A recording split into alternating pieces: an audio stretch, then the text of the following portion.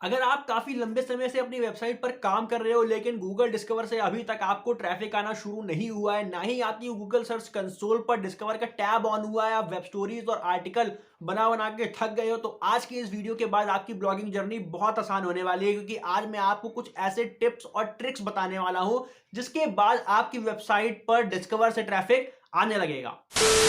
तो हेलो दोस्तों, मेरा नाम है अक्षांश। आप देख रहे हैं मेरा यूट्यूब चैनल। वीडियो को शुरू करने से पहले चैनल को सब्सक्राइब कर देना, वीडियो को लाइक कर देना और अगर पसंद आए तो अपने दोस्तों को शेयर भी जरूर करना, ताकि हर कोई ब्लॉगिंग में ग्रो कर सके। तो दोस्तों, सबसे पहले हमें एक चीज जाननी है कि गूगल डिस्कवर पर जितने भी लोग आपके पास आते हैं, डिस्कवर से एक भी ट्रैफिक अगर आपके पास आ रहा है, एक यूजर भी आ रहा है, तो वो मोबाइल यूजर होगा।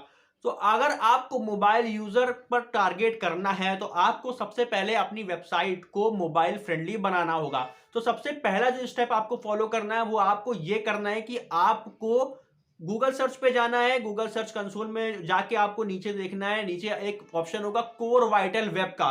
कोर वाइटल वेब में अगर आपके एक भी इशू है तो इसका मतलब कि आपकी वेबसाइट जो है ढंग से ऑप्टिमाइज नहीं है और उस वजह से वो गूगल डिस्कवर पे नहीं आ सकती, और कई केसेस में वो गूगल सर्च पर भी नहीं आती है, क्योंकि मोबाइल पर ही वो वेबसाइट ढंग से खुल रही नहीं होती है। तो आपको अगर कोई ऐसा इशू मिलता है आपके कोर वाइटल वेब एरर्स में, तो आपको सबसे पहले उसे सॉल्व कर लेना है। ये हमको स्टेप सॉल्व करने के बाद आपको एक दूसरी चीज पे ये ध्यान देना है कि आपकी वेबसाइट पे जो कंटेंट हो वो यूजर फ्रेंडली हो।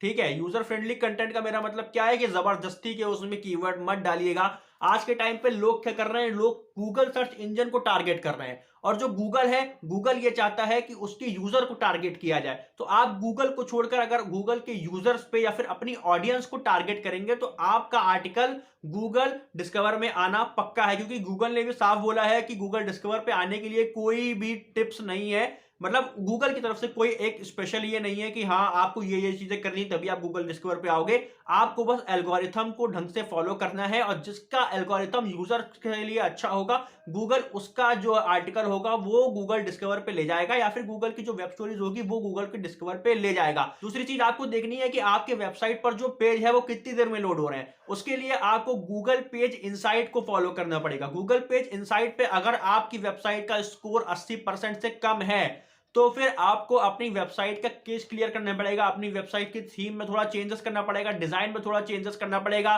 तो आपको उसको हल्का बनाना पड़ेगा, केस क्लियर। और बहुत सारे ऐसे प्लगइन्स आ गए हैं जिसकी मदद से आप अपनी वेबसाइट को लाइट बना सकते हो। जितनी लाइट आपकी वेबसाइट होगी, जितनी जल्दी आपकी वेबसाइट ओपन होगी, गूगल उतना उसको प्रेफर करेगा कि वो गूगल डिस्कवर पे या फिर गूगल सर्च पे जाके रैंक हो जाए दोस्तों।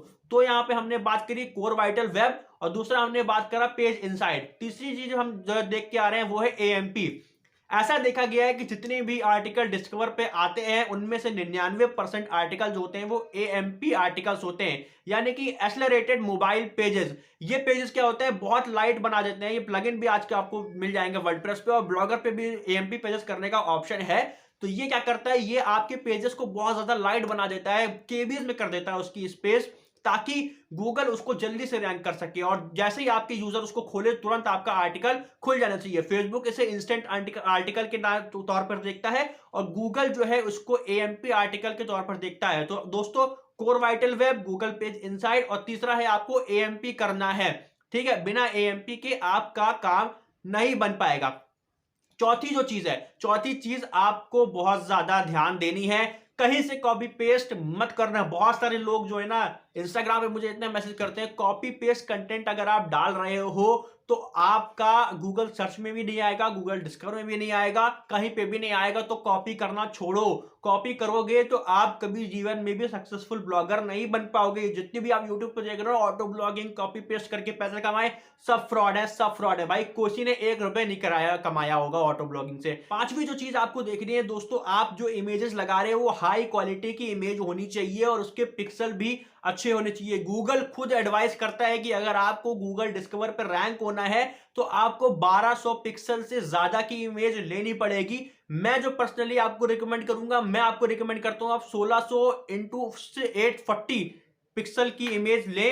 जो भी इमेज ले, कहीं से भी ले, अगर आप स्टॉक इमेजेस यूज कर रहे हैं तो उसको पहले कन्वर्ट करें, उसको रीनेम करें, उसमें ऑल टैग डालें, उसके बाद आप उस फोटो को अपने आर्टिकल में लगाएं या फिर अपनी गूगल वेब स्टोरीज में लगाएं। कॉपीराइट इमेजेस का यूज ना करें। इसकी मदद से आप गूगल के डिस्कवर पर जल्दी आ सकते हो, क्योंकि जितनी आपकी हाई क्वालिटी की इमेज होगी उतना ही गूगल आपको प्रीफर करेगा डालने के लिए। छठा स्टेप यह है कि अगर आपकी वेबसाइट पे आर्टिकल एआई से लिखे हुए हैं, एआई यानी आर्टिफिशियल इंटेलिजेंस, अगर आपके पास एक भी आर्टिकल लिखा हुआ है या वेब स्टोरी लिखी हुई है, तो आपका गूगल डिस्कवर पे तो क्या गूगल सर्च पर भी कभी भी आर्टिकल रैंक नहीं होगा।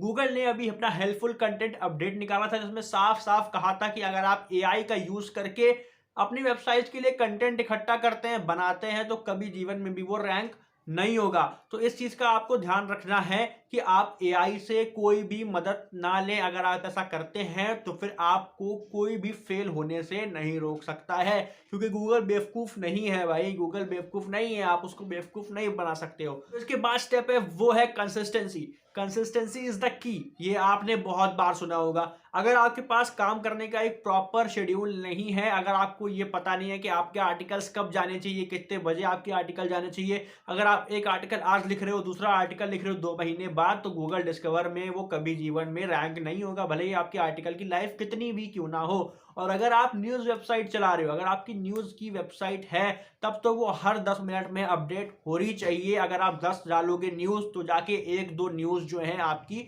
गूगल डिस्कवर पे क्रॉल होंगी।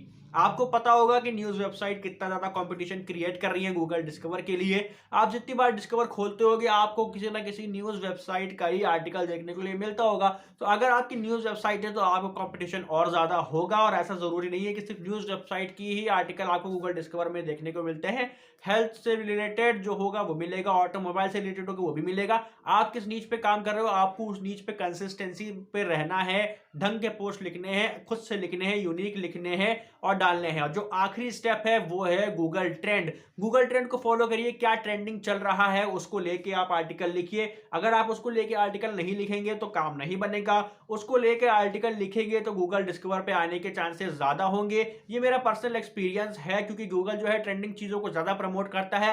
इसके अलावा अगर आप किसी ऐसी चीज पर आर्टिकल लिख रहे हैं जिसके बारे में जानकारी ज्यादा नहीं है, तो भी गूगल उसको प्रमोट करने में आपकी मदद करेगा और आपको गूगल डिस्कवर से अच्छा ट्रैफिक आएगा। जब अच्छा ट्रैफिक आएगा तो अच्छी इनकम जनरेट होगी। गूगल एडसेंस के बाद आप और भी थर्ड पार्टी पेमेंट के लिए लगा सकते हो दोस्तों। तो आज के लिए बस इतना ही। उम्मीद करता हूं कि वीडियो पसंद आई होगी आप लोग को। और अगर आपको 10% भी इस वीडियो से समझ में आया है कि कैसे आपको डिस्कवर से ट्रैफिक लेना है, आपको क्या क्या चीजें करनी है, तो चैनल को सब्सक्राइब करने के साथ साथ वीडियो को लाइक भी कर देना, कमेंट करना हो, मुझे बताना कि क्या दिक्कत है। अगर आपको कोई सवाल है, अगर आप कुछ जानना चाहते हो, तो आप जो है मुझे इंस्टाग्राम पे कांटेक्ट कर सकते हो। अगर आपको कोई थीम या फिर प्लगइन चाहिए या टेम्पलेट चाहिए, तो आप मुझसे मेरे टेलीग्राम चैनल को भी ज्वाइन कर सकते हो। वहां पे मैं जो हूँ थीम वगैरह सब डालता रहता हूँ। तो दोस्तों आज के लिए बस इतना ही। मिलते हैं आपसे नेक्स्ट वीडियो में।